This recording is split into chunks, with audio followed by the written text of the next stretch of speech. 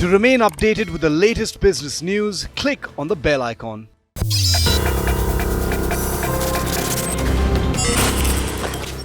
What's it like becoming a social media sensation overnight? Can you make money on Instagram using Reels? How do you crack the algorithm? How do you become a Reels superstar? We answer these questions with two very special guests on Tech Today.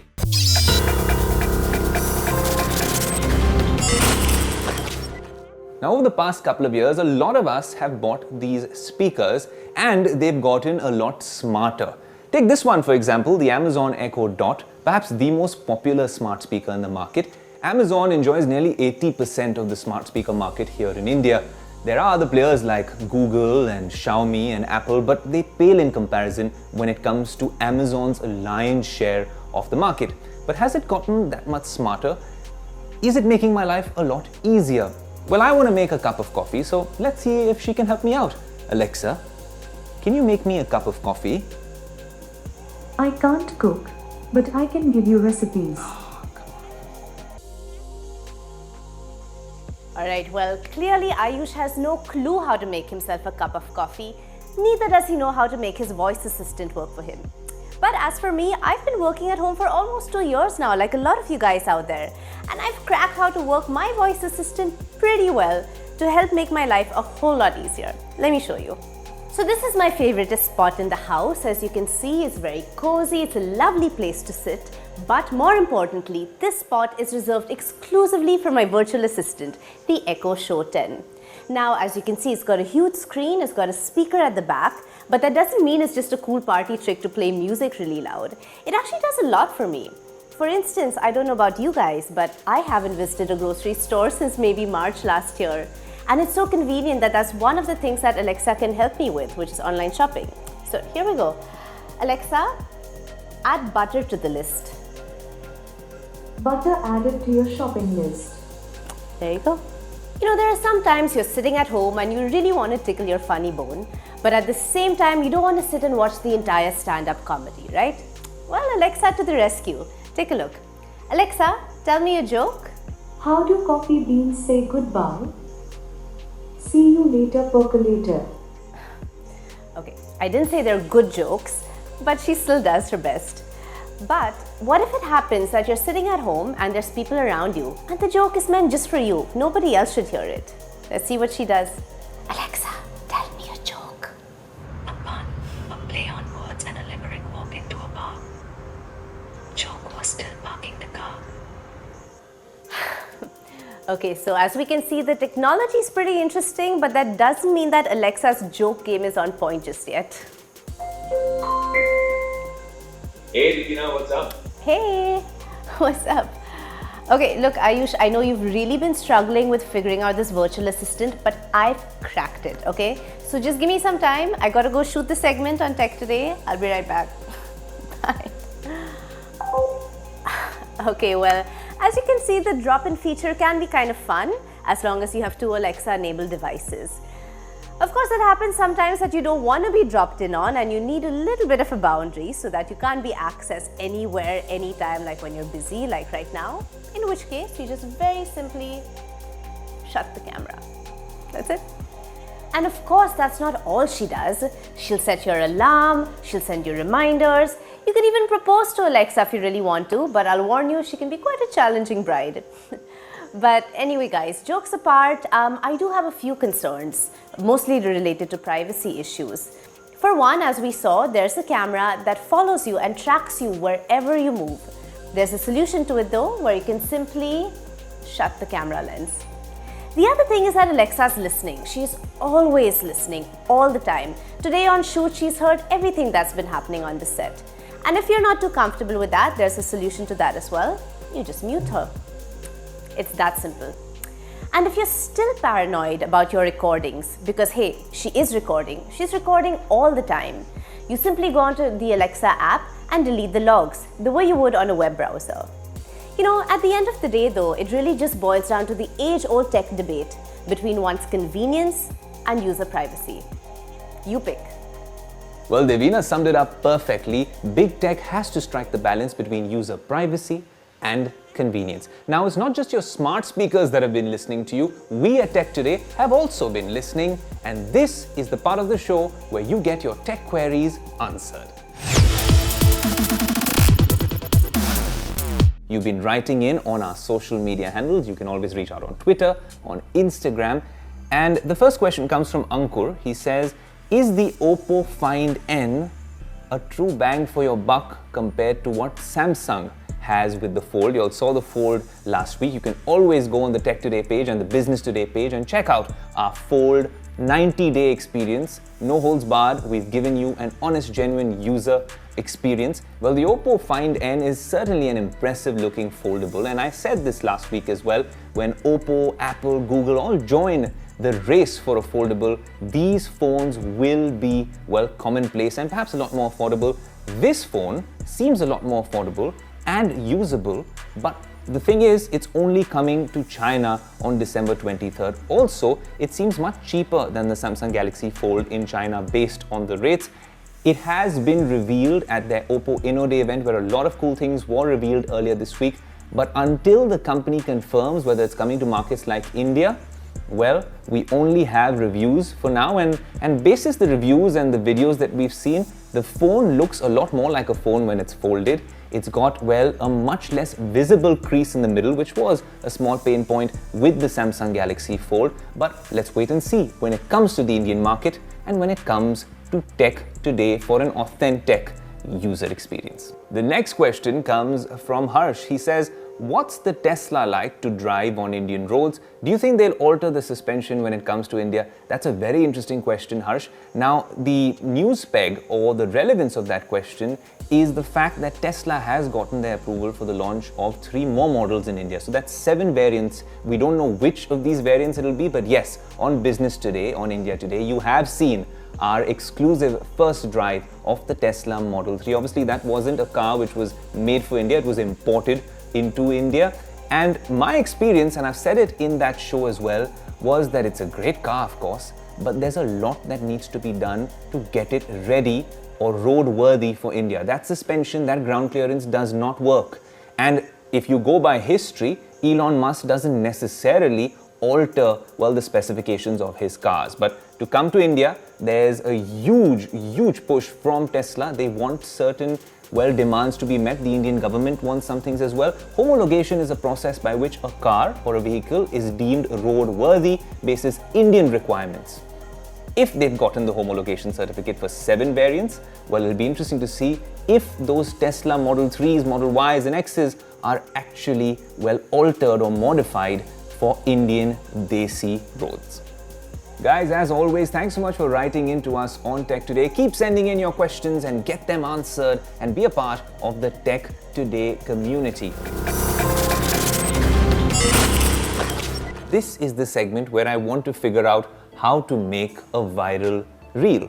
So the first thing you need is trending audio, hashtag. Ayush, I think you're mistaking this for TikTok. It's Instagram actually. You don't have to actually follow a trending audio. You can make your own one, by the way. Create your own trend. Now, 2 of y'all certainly know how to create your own trend. Yash Raj Mukhate and Niharika, thanks so much for joining us on Tech Today. Now, I must confess, at the start of the pandemic, I, like a lot of you, didn't know about these 2 fantastic creators, but now I cannot live a day without consuming their entertaining content. So guys, thanks so much for joining us on this special episode of Tech Today. So Niharika, that's not how it's done, huh? What's the secret sauce to make a trending viral reel? There is no secret sauce. Just don't follow the herd. Try to stand apart, try to set yourself apart, because everybody's going to make a reel on the trending audio. Try to make something different and try to make your own trend. Try to be a trend, right? Someone who knows a lot about being a trend itself is Yash Raj Mukhate. Now, yours is quite a Bollywood script of a story. One viral hit, Rasode Mein Kaun Tha?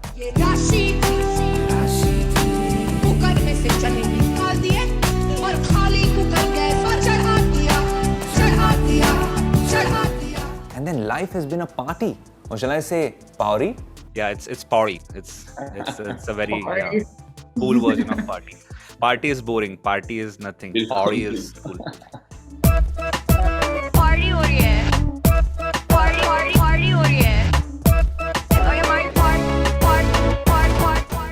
So yeah, so as Niharika rightly said, it's something that you do which is different and not many people are doing. That is why people will want to see your videos and will want to share it with their friends. If it is something that is available at their scroll and everyone is doing it, you are just part of a very big group then. So it is very hard to stand out that way. It is easier to make something unique, not easier to make something unique, because then as you can see, I and Niharika, we both put content very late. Like I see Niharika's videos also, they come out late, but they are good quality content, because then we have to put it only when we think that it is worth putting it out. So that is hard. You can't be consistently putting unique content, because then it is not unique anymore. So you just have to maintain that balance between consistency and quality. What's that been like, juggling this content creator lifestyle with pursuing an MBA abroad? Has that been difficult, and has that been something that you planned out? Is there some sort of work-life balance, so to speak? I've honestly, I think I grew up on the internet. I've been on YouTube since I was 18, and I did engineering. I mean, I did YouTube on the side. Engineering was my main thing. And somewhere along the way, it got really hard to balance the two. And I stopped making content, and I was like, okay, I don't think this is for me, because I can't fully do this, because everybody else, my peers, are all doing it full time. And me with my little ass engineering, student time, I really couldn't fit that in and do the content justice. So I completely quit content. And then the pandemic happened, and all of my MBA classes were online, which gave me a lot more time to make short format videos, which wouldn't eat up too much of my time, but also would let me make the kind of content that I want to. So I think in ways that I did not expect, the pandemic sort of helped me truly become who I am. And of course, there's always like a juggling between the two, but it's not something I can't manage anymore. I think that's one skill I've picked up, time management. Or at least like I've scratched the surface of it.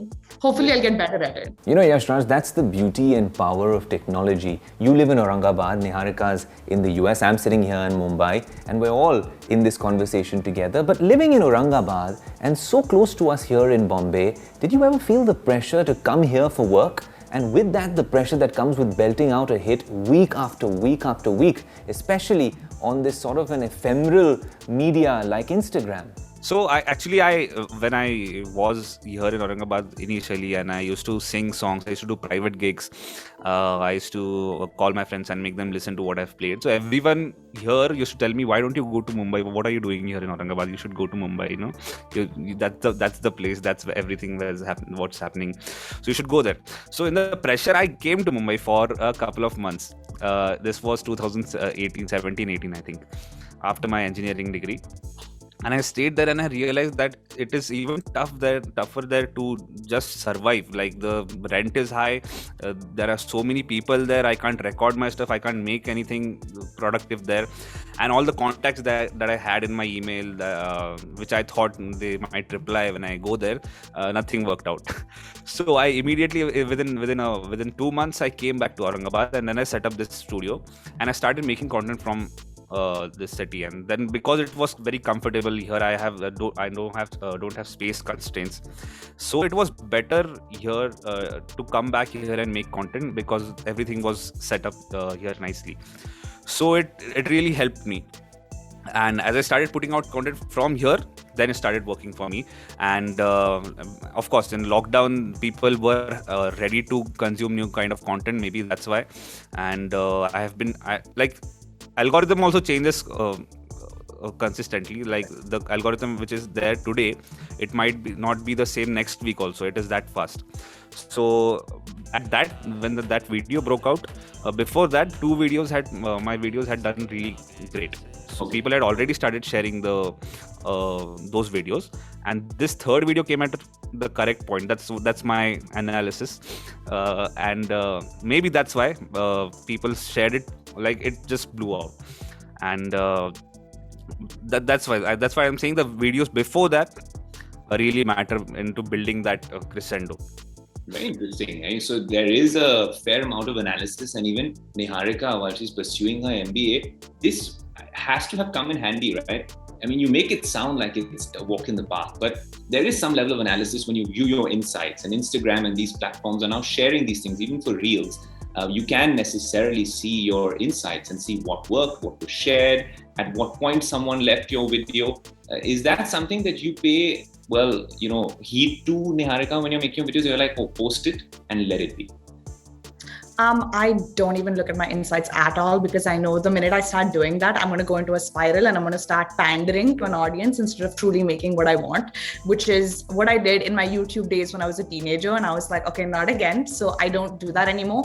Also, as much as I believe that the algorithm has a role to play, if I talk about how Yash Raj's videos went viral, he didn't even post reels. They were video posts. So mine were reels. So I don't think the commonality between us is the algorithm. I just feel like we each have our unique styles that nobody else was doing at the time, and it can't easily be replicated. And even if it is, you can easily tell that it's being replicated. So I feel like when you're pumping out original content and you're able to sort of stand out from the crowd, it's kind of hard to replicate without being caught. So I think it's partly the algorithm, partly good timing, and mostly what we do best. So when someone becomes a content creator and makes this a scalable business, because a YouTuber, an Instagram influencer have to look at this as a business, as a P&L by itself.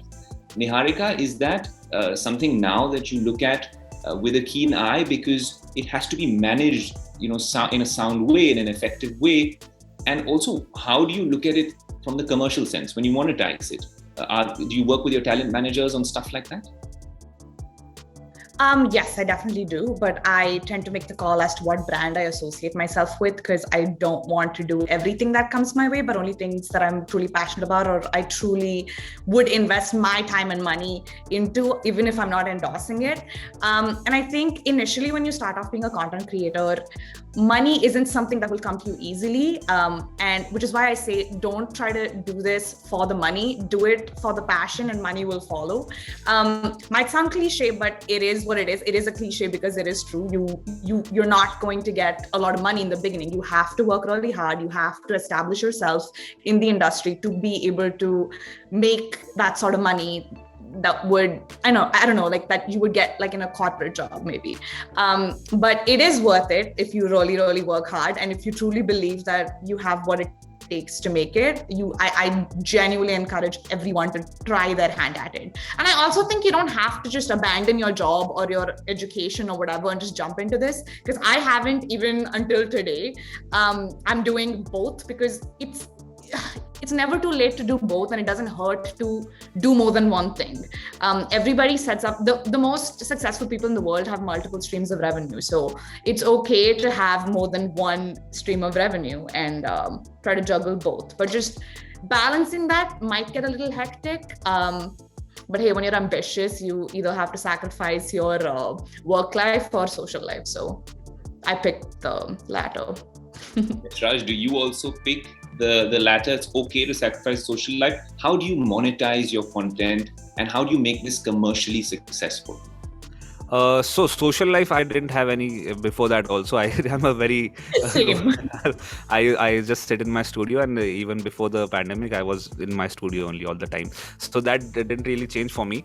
But yeah, I realized that there are, when you become a big YouTuber or a big Instagrammer, content creator, there talent managers come in, there are other managers come in, there is some commercial thing happening over there. And it is little overwhelming, but it is little hard also to say no to good money. But then you have to choose between the two. What are you looking for? If it is a long game, then you can't just do this brand just for the money, because because we get the comments, you read the comments, and you know that people can make out that you have done this and you are not into it. Why are you doing this, man? And we get the DMs, I read the DMs, I read the comments, so I know what is working and what is not working, and what I should go for. And it is very necessary to keep that private touch to your social media account, because that is why people are there to watch you. I see other content creators, nothing bad in that, but you can make out which content creator is managed by a company and which content creator is managing his own social media, and that is very necessary. The person is controlling it himself or herself, it is more relatable and it is more organic in that way. So yeah.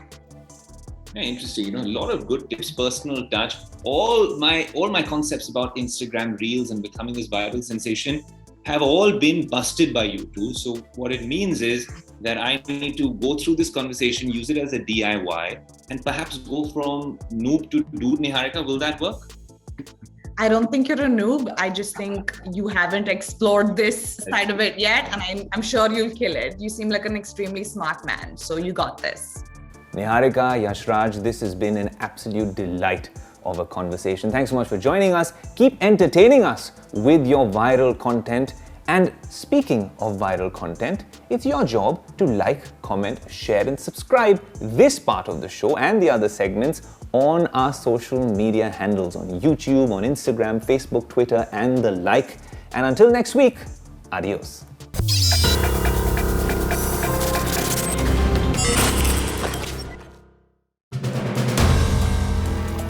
If you like the video, do like, comment, share and subscribe.